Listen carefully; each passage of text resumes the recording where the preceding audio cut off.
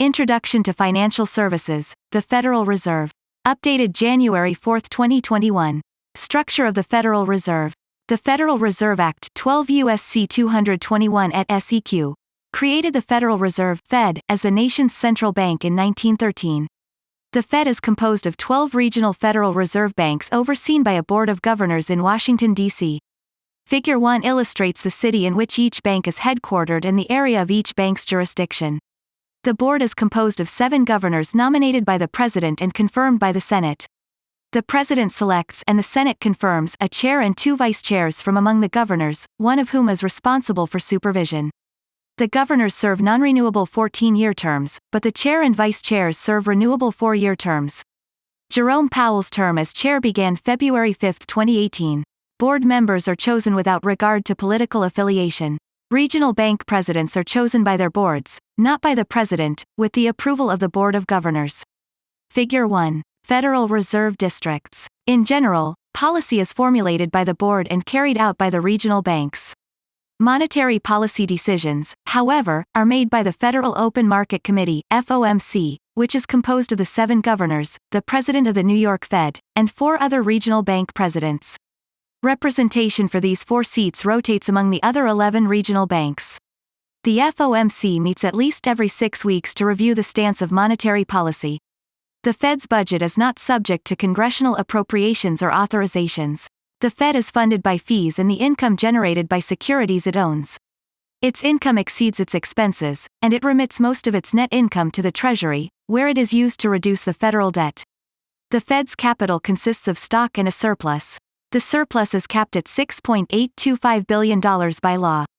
Congress reduced the Fed's financial surplus as a budgetary pay-for, in PL 114-94, PL 115-123, and PL 115-174.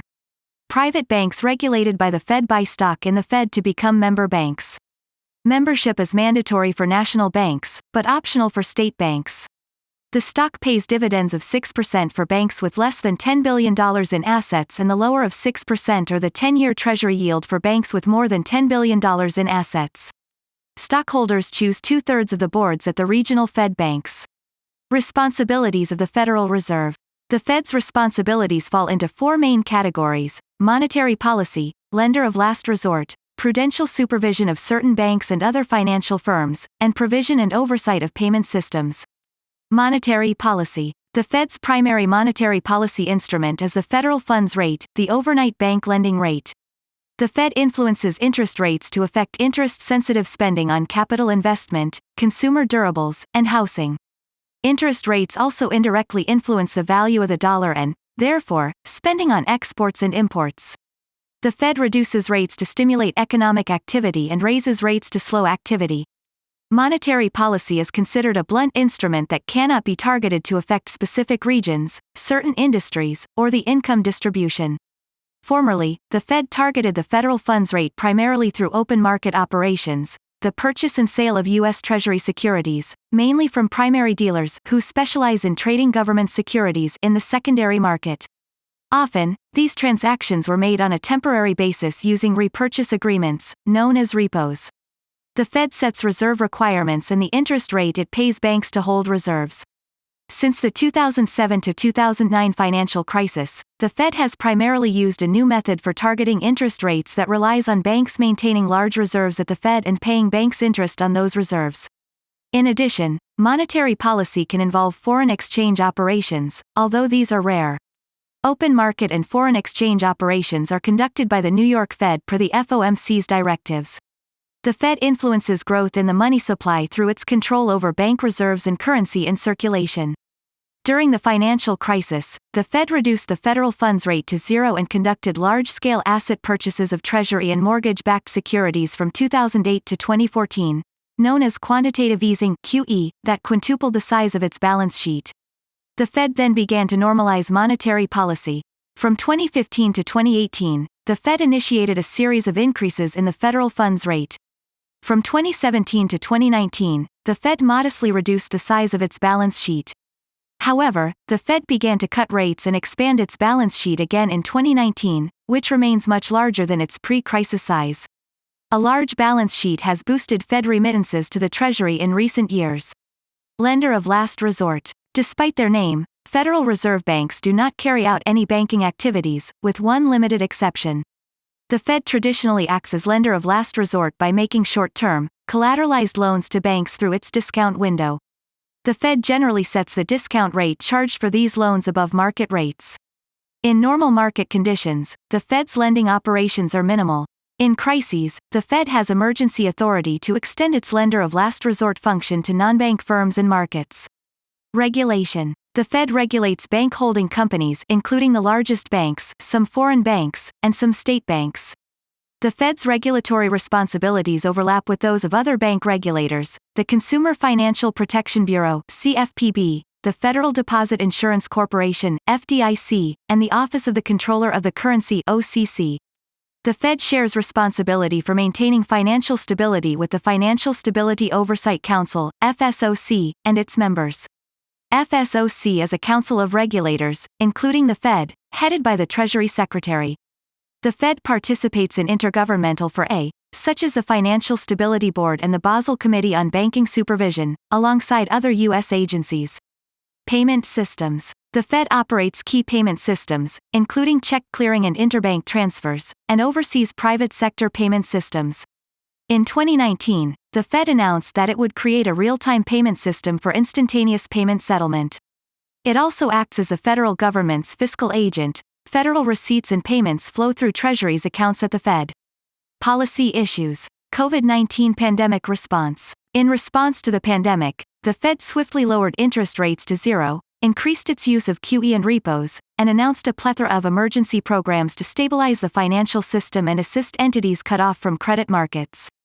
The CARES Act (PL 116-136) provided at least $454 billion to support some of these programs, including the Main Street Lending Program and the Municipal Liquidity Facility. The programs were much smaller than their announced size and expired at the end of 2020. Congress has debated 1. Whether the programs should be revived given financial conditions have normalized but pandemic disruptions persist, and 2. Whether they fell short of their intended size because private credit conditions improved or because the program's terms were too stringent.